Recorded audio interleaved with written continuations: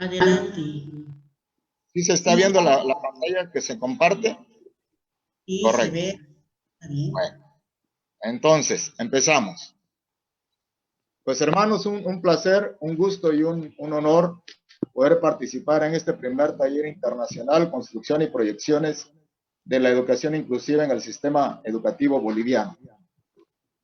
En primer lugar, reciban un saludo de su servidor Roberto Antonio Salvador, mexicano y orgullosamente oaxaqueño. Un saludo para todos los hermanos de Bolivia. Un fuerte abrazo fraterno. Quiero iniciar con esta frase, que a mí la vivencia me ha permitido hacerla mía. La discapacidad no es otra cosa que nuestra propia incapacidad de entender que la discapacidad no es una enfermedad, sino una condición. Y por ende, nosotros, al ser una condición, sabemos que tanto maestros, padres y todo profesional que esté inmerso en la educación puede hacer algo por mejorar las condiciones de vida de una persona con alguna limitante, con alguna discapacidad.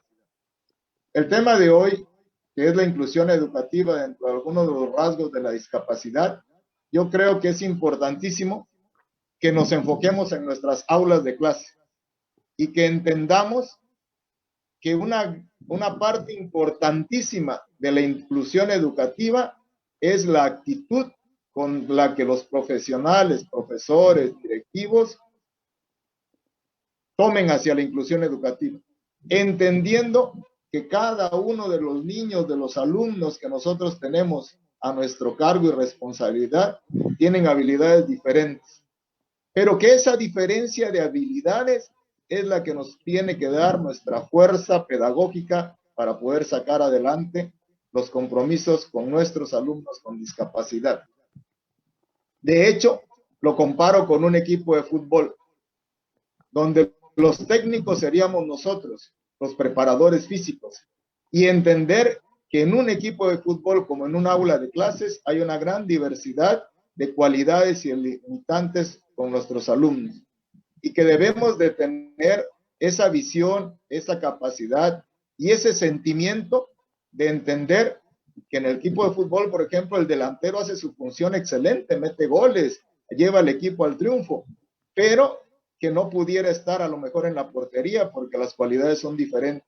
Que el portero defiende bastante bien a un equipo, pero quizás no pudiera estar en la defensa porque sus cualidades son diferentes. Entonces, un equipo de fútbol para mí es un ejemplo muy claro de cómo es un salón de clases. Cada uno de nuestros alumnos tiene sus propias cualidades y nosotros, los profesores, los técnicos del equipo de fútbol, tenemos que ubicarlas, descubrirlas y potenciarlas. Esa sería una de las funciones que tendríamos que hacer. Ahora les quiero poner más o menos el contexto de cómo vivimos en México la educación. Nuestro sistema educativo mexicano. Nuestro sistema educativo en mi país, en México, está estructurado de la siguiente manera. Está el nivel preescolar, primaria, secundaria, educación indígena, educación para adultos como una parte alterna a la educación secundaria. De ahí viene la educación media superior, la educación superior, educación tecnológica también como una rama de la educación superior, educación normal y educación especial. Hay un rubro y hay un espacio específico para educación especial. Y en ese sentido, les quiero compartir también algunos datos importantes. En el último censo que se hizo en México y que lo hace el Instituto Nacional de Educación, Geografía e Informática, el INEGI, se contó en el rubro de la discapacidad a 20.838.108 personas en México, de la población total. Esto representa el 16.5% de la población de mi país, que es un dato ya bastante relevante como para que se pudiera soslayar o dejar a un lado. Eso significa que una parte importante de la población de México es una población con discapacidad. ¿De qué tamaño es el reto? Algunos datos ahí arrojan la imagen. Hablando de la discapacidad visual, el 7% de los niños de 3 a 14 años no va a la escuela, niños con discapacidad visual. Eso lo arrojó el censo de población 2020, ¿no? Y de igual manera, discapacidad auditiva, discapacidad motriz, nos arroja números interesantes, importantes, y que se tienen que tomar en cuenta como país, como sistema educativo, para que entonces podamos decir que verdaderamente hay inclusión educativa. Si esto son solo números, si eso solo son estadísticas, entonces no podemos decir que un país puede decir que hace realidad la inclusión educativa. En México hay dos instituciones oficiales para atender la discapacidad o para atender la inclusión educativa. Una de ellas es el CAMP, Centro de Atención Múltiple. Las siglas significan eso, Centro de Atención Múltiple. Y el otro es el USAER, es la Unidad de Servicio de Apoyo a la Educación Regular. Cada uno de estas dos instituciones tiene sus propias especificaciones y sus propias funciones. Por ejemplo, en México existen 1,681 escuelas especiales o centros de atención múltiple, CAMP. En este CAMP, que es una institución muy particular, muy aparte, en este CAMP se inscriben solo personas con discapacidad. Ahí no tienen alumnos regulares, ahí solo se inscriben a niños, jóvenes con alguna discapacidad. En el otro sentido, la USAER, en México hay 4,423 USAER. Estas USAER son espacios que ofrecen servicios para personas con discapacidad, pero incluidas en las escuelas regulares. Entonces, son dos instituciones diferentes en sus formaciones y en sus principios. El CAMP solo acepta personas o alumnos con discapacidad y los tiene ahí en los espacios educativos. En cambio, el USAER es una unidad que se incluye a las escuelas regulares y trabaja conjuntamente y de la mano con los profesores de grupo, coordinando con ellos la modificación de la adaptación de los contenidos, de las actividades, proponiendo y llevando un seguimiento de esos niños o alumnos con discapacidad. Ese es el panorama muy general de cómo estamos en México. Regresando y aterrizando un poquito a este espacio de compartir, esencialmente esto es un taller. ¿Y qué es un taller? Pues un espacio donde tiene que ser un poquito más práctico, un espacio donde se tiene que impulsar un poquito la motivación y un espacio donde ese carácter práctico y esa motivación me tienen que llevar a la resolución de un problema. Entonces, tratando de generar ese ambiente de taller práctico, yo les quiero proponer una actividad. Si son tan amables a todos los que nos están escuchando, si tienen lápiz y papel, así de sencillo con esos materiales, y si no, mentalmente se puede hacer. Vamos a hacer esta actividad como motivación, como un poquito más práctico y un poquito más movido. Vamos a pensar un número del 1 al 9. El que ustedes gusten, elijan. Quizás puede uno decir mi número de la suerte, ¿no? Dentro de los dígitos del 1 al 9, pensemos en un número. Siguiente paso, ya que escogimos el número, vamos a multiplicarlo por 3. Si yo escogí el 4, 4 por 3, 12. ¿Vale? Después, a ese resultado le voy a sumar 3 unidades. Si yo pensé en el 4, 4 por 3, 12, más 3, 15. Ese resultado de la adición, de la suma, lo vuelvo a multiplicar por 3. Es decir, al 15 lo multiplico por 3 y me da 45. El resultado final de esa multiplicación tengo 2 dígitos. Si son tan amables, esos 2 dígitos sumen. Hagan una suma con esos 2 dígitos. Y compañeros profesores, a pesar de la distancia, el Internet nos da la posibilidad de adivinar el pensamiento. Cada uno de ustedes tiene en su papel o en su pensamiento el número 9. Si hicieron correctamente la actividad, el número que está en su papel o en su pensamiento es el número 9. Magia, brujería, no, matemáticas. Pero esta es una actividad que en el ánimo de que podamos hacer de un espacio educativo, de un salón, de un taller, algo que pueda ser activo y moverse. Yo les quiero compartir también esta otra parte, esta otra actividad, dos actividades nada más. Algo muy mágico que tiene nuestro cuerpo. La tabla de multiplicar con los dedos. Si nosotros ponemos nuestras manos frente a nosotros, nuestro pulgar izquierdo sería el número 1, nuestro pulgar derecho el número 2, perdón, nuestro índice izquierdo el número 2, nuestro dedo medio de la izquierda el número 3, el dedo meñique de la izquierda el 4, el dedo anular, perdón, el 4, el dedo meñique 5, de ahí nos vamos a la mano derecha, el dedo meñique el 6, el anular el 7, el medio el 8, el índice el 9 y el pulgar el 10. Ahora, voy a dejar de compartir pantalla porque quiero que me vean. A ver, ¿sí me alcanzan a ver? ¿Se alcanzan a ver mis manos? ¿Sí? ¿No? Bueno, entonces aquí estoy. ¿Sí? Ahí sí. Bueno, les decía, este va a ser el número 1, este el número 2, el 3, el 4, el 5, el 6, el 7, el 8, el 9 y el 10. Si yo quiero saber cuánto es 9 por 3, entonces voy a doblar el dedo número 3, o sea, este. Y observemos que hacia la izquierda del dedo doblado me quedaron 2 dedos y hacia la derecha me quedaron 7 dedos, porque 9 por 3 son 27. Me regreso tantito. Si yo quiero saber cuánto es 9 por 3, voy a doblar el dedo que quedó marcado con el número 3, que sería este. Lo doblo y del dedo doblado hacia la izquierda me quedaron 2 y del dedo doblado hacia la derecha me quedaron 7 dedos sin doblar, porque el 2 y el 7 es el 27 y 9 por 3 son 27. Y de igual manera podemos explorar la tabla del 9. 9 por 4 me quedan 3 y me quedan 6, porque 9 por 4 son 36. ¿Sí?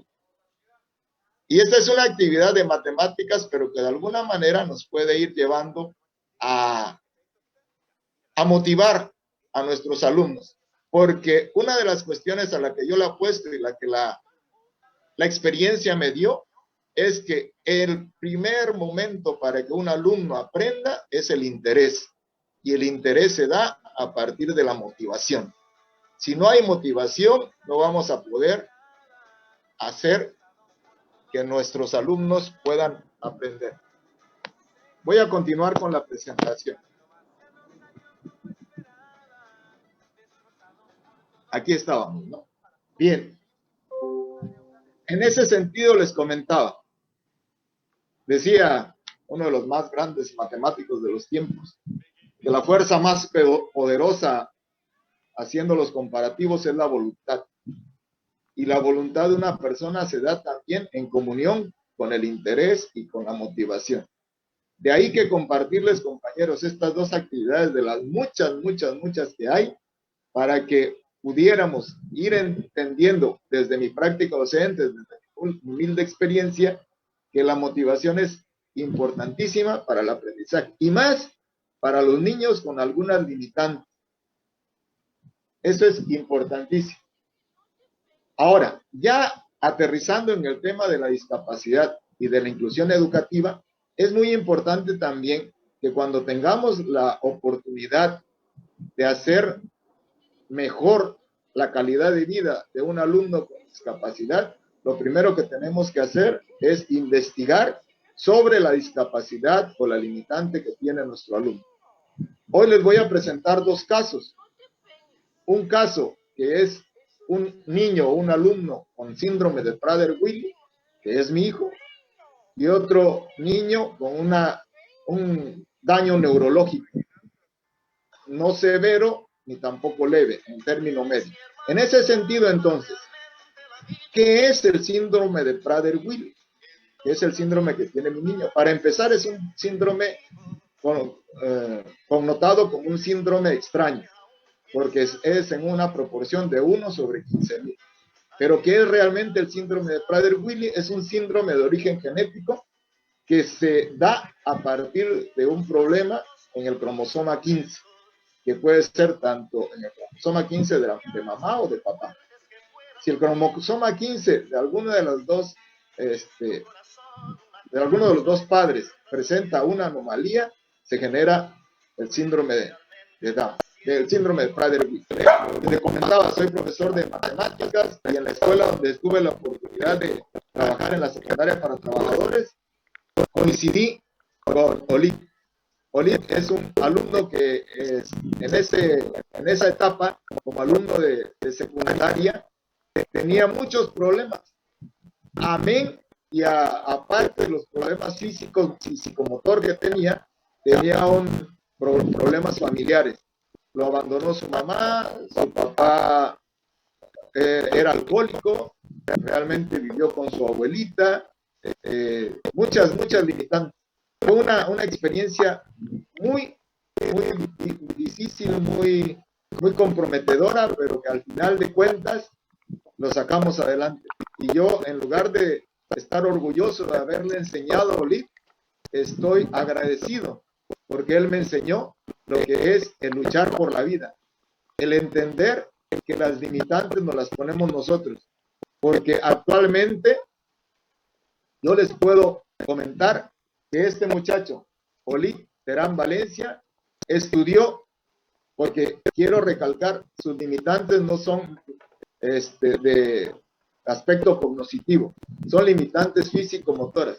Estudió y actualmente Olit es cinta negra primer dan en Taekwondo, es licenciado en educación física, estudia el 4º semestre de maestría en educación física, que actualmente está trunca porque pues obviamente la parte económica no le ha ayudado para terminarla, y actualmente es promotor y coordinador del Club de Atletismo de Matías Romero, independiente. Y les quiero presentar a Olit. Este video fue tomado hace 2 días. Él es Olit en el Club de Atletismo, dando indicaciones y actualmente casi con 12 alumnos o 12 jóvenes incluidos en su club, dando el calentamiento para los niños. Es un joven que es un ejemplo de vida porque yo quiero insistir en sus limitantes físicas, nunca han sido un obstáculo para que él se detenga. Actualmente trabaja para la Secretaría de Educación Pública, tiene plaza, pero no la tiene como maestro de educación física, la tiene como auxiliar administrativo. Entonces realmente en ese rubro es poco el sueldo que percibe y no le da la oportunidad de seguir estudiando. Él es Olit, desde México, él es mi niño Betito. Les agradezco su atención desde Oaxaca, México, para Bolivia. Reciban un saludo fraterno de un profesor que ama su carrera, pero sobre todo que ama la vida a través de sus hijos. Maestro en ciencia Roberto Antonio Salvador, y este es mi email. Compañeros, muchísimas gracias. A usted, hermano Antonio, desde México, que nos ha compartido una experiencia viva y el aporte que ha desarrollado para que avance la educación inclusiva allá en México. Muchas gracias. Con esta última ponencia estamos concluyendo con la participación de los ponentes internacionales que nos han acompañado de Colombia, de El Salvador, Uruguay, México y Bolivia en el mes aniversario de la Escuela Superior de Formación de Maestros y Maestras del Tecnológico Humanístico El Alto, ¿no? Estamos en el área de educación especial, iniciando la sensibilización para todas las maestras, los maestros, profesionales, madres, padres de todo el país y por supuesto de otros países que también